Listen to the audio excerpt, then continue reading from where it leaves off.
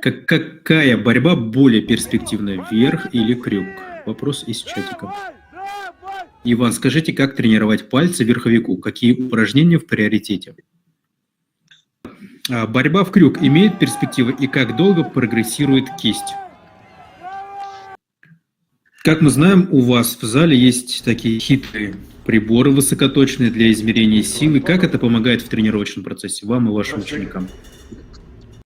Заинтересован ли Иван встретиться с Муратовым 115 килограмм или с Морозовым 115 плюс? Спонсор выпуска – компания «Сила Руков». Продукция, которой уже давно пользуются именитые спортсмены. Огромный ассортимент товара. Резиновые петли, тренажеры для рук и предплечий, расширители грифа, большой выбор эспандеров и, конечно же, ручки для армрестлинга под любые задачи. Ручки на лямках, ручки с различными насадками, цилиндр, конус, эксцентрик и многими другими. Блоки, приставки к столу и, конечно же, сами столы для армрестлинга. Продукцию компании «Сила Руков» можно заказать на сайте silarukov.rf. Есть доставка по России. Также у компании «Сила Руков» есть канал на YouTube, группа ВКонтакте и оффлайн-магазин в Москве. Добро пожаловать! Все ссылки на наших друзей мы оставляем в описании к видео. Какая борьба более перспективна, верх или крюк? Вопрос из чатика. Да вы знаете, прям такие противоположные техники. Показывает у нас практика, да, что есть чемпионы и верховики, и крюковики. И кому лень проводить статистику, берите чемпионов там всех чемпионатов мира, там этих профессионалов. И смотрите, там больше верховиков или крюковиков, но мне кажется, что примерно там одинаково получится. Наверное, в плюсе, вот именно в супертяжелом весе, все-таки перспективнее быть верховиком, потому что большой собственный вес, это большой корпус, углы. Тяжело к тому подойти, до большие углы, а для крюка все-таки важно сгруппироваться и чтобы навязать свою борьбу. Поэтому вот я, например, такого крупного крюковика тяжело представляю. Потому что Ливан, например, именно вкручивал так вот, как я, например, в диагональ. Или как там Муратов. Он, скорее всего, там в бок как-то мог бы еще, может быть, давить. Поэтому для таких больших спортсменов все-таки вверх. А вот категория там до 115 ниже, да, там это уже как... Более универсальная. Как вам, да, хочется, чтобы вас сильнее.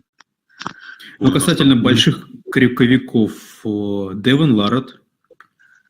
Ларат, он не такой большой, скажем. Он сухой пока что еще остался. Да.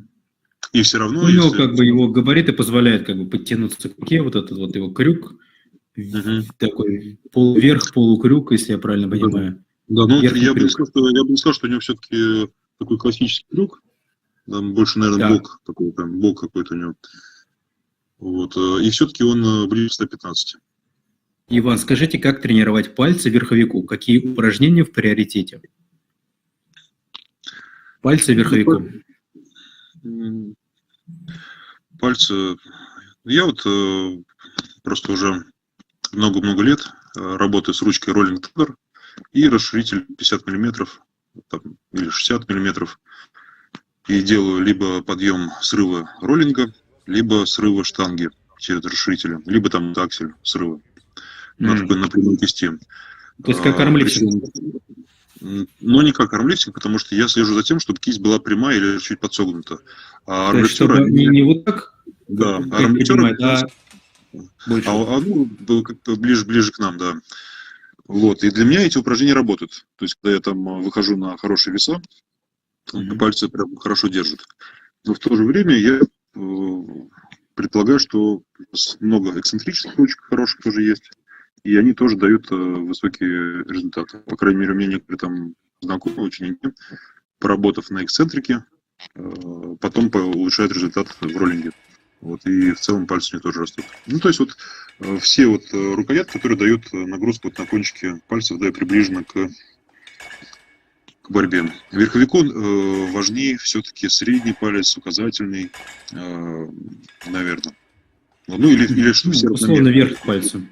Или все равномерно, чтобы работали.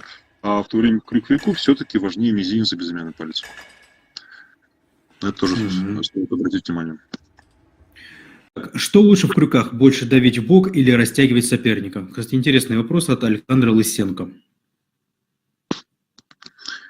Ну, в зависимости от того, что у тебя сильнее. Если у тебя сильнее бок, там или у соперника, допустим, Слабее сильный бок. слабее бок, да, например, сильный бицепс, тогда целесообразно его растягивать больше в бок. Вот, например, Андрей Смаев ко мне приезжал, очень Тоже сильный наша бицепс, любимая тема. очень сильный бицепс. Прямо он, получается, без особой подготовки по армрестлингу, мне было тяжело его как раз растягивать, вот как я обычно говорю, с себя в диагональ. То есть растягивать углы ему. Вот именно на себя, вот классический крюк, мне было тяжело его дотащить. Да, но в то же время, например, в бок нагрузку дать, и он проваливался, потому что вот именно у него бок там не очень развит бок. Вот, а угол очень хороший. А есть спортсмены наоборот, например, да, которые именно скорее армрестлеры такие сухие, да, вот у них там связки, там, да, вот в бок они прям как раз давят костьми, а бицепс нету. И как раз вот таких целесообразно сначала больше на бицепс потянуть. Вот мне кажется, Алишан Муратов прям эталонная борьба вот именно в бицепс растягивая, как мне понравилось. Он стартовал вот именно как бы растягивая его даже, ну, не боковым движением. Да, ну там, да, больше такой крюк вот классический, да. Друзья, я уже много лет занимаюсь тренерской работой, и для меня всегда очень важно было то, как мои спортсмены восстанавливаются после тренировок. От этого напрямую зависит их результат на соревнованиях. Самое главное для спортсмена, который хочет добиться максимального результата, это продуктивно потренироваться и хорошо восстановиться. Предлагаем вам предтренировочный комплекс Hurricane Energy от известного бренда спортивного питания Magic Elements. Данный комплекс разработан немецкими учеными и в разы повышает силовую выносливость, усиливает концентрацию внимания и, что немаловажно, обладает жиросжигающими свойствами. А чтобы ваши мышцы как можно быстрее восстановились, приобретаете БЦА аминокислотный комплекс с витаминами и минералами Renovator. И результат не заставит вас долго ждать. Magic Elements – это высокое немецкое качество по приемлемым ценам. Если спортивное питание, то Magic Elements. Заказывайте на маркетплейсах Wildberries и Озон. Здесь вы можете приобрести любые спортивные пищевые добавки, не выезжая в Германию, такие как креатин, протеин, БЦА, витамины и предтренировочные комплексы и многое другое. Все ссылки на наших друзей мы оставляем в описании к видео. Борьба в крюк имеет перспективы и как долго прогрессирует кисть? Да она прогрессирует так же, как и все остальное, в принципе. Просто в целом ее потенциал, наверное, ниже, чем там у больших мышечных групп. То есть она там может прибавить условно, ну, примерно там 50%, да, от какого-то стартового показателя. В то время как там бицепс, наверное, там может 70% добавить там, или больше. Или там плечевая. То есть она просто... Ну, меньше потенциала ее развития. Но вот, прогрессирует. Вот, в принципе, у меня до сих пор она понемножку, но добавляет. Как мы знаем, у вас в зале есть такие хитрые приборы высокоточные для измерения силы. Как это помогает в тренировочном процессе вам и вашим ученикам? Ну, я бы не сказал, что прям используем для контроля тренировочного процесса, прогресса, потому что все-таки, на мой взгляд, лучше осуществлять контроль по упражнениям. Вот, а вот эти замеры, я их делаю на этапе отбора, вот в ту же сборную, там проверяю. Просто так удобнее так проверить кисть, пальцы, там другие отдельные движения. Интересно. Увидеть соотношение сильных, да, вот разных движений. Как бы какой-то потенциал, может быть, определить то, над чем лучше работать. Вот, то есть сильные и слабые стороны спортсмена. Да. Чтобы именно проверять динамику прогресса, я бы стал только если упражнение прям максимально похоже на вот эти мои тесты. Там вот если вот кисть еще может отчасти похоже. Но какой смысл проверять, если ты вот работаешь там на блоке, да, и у тебя там вес больше, ну, значит, ты стал сильнее. То есть необходимости именно для контроля формы я бы не видел. Но если помимо просто тестирований, на этом устройстве я еще и тренируюсь, и там ребят тренируются, изометрию делаем, ну, там, конечно, вот эти цифры уже будут наглядны. Ну, как я понял, с выпуском с Корягиным, по-моему, был, то есть там у вас на этих приборах и упражнения 1 к 1 практически получается, там, грубо говоря, натяжка, что на Ну, не тренажере. совсем, но близко, да, близко. Мгм. Так, заинтересован ли Иван встретиться с Муратовым 115 килограмм или с Морозовым 115 плюс? Вопрос из чатика. Да, честно говоря, неохота мне титул терять, поэтому с Морозовым предпочтительно было бы побороться. Ну и я думаю, что Муратов, он не слабее Морозова. Я думаю, что примерно на одном уровне спортсмены. Ну, я бы хотел с обоим побороться. Мгм.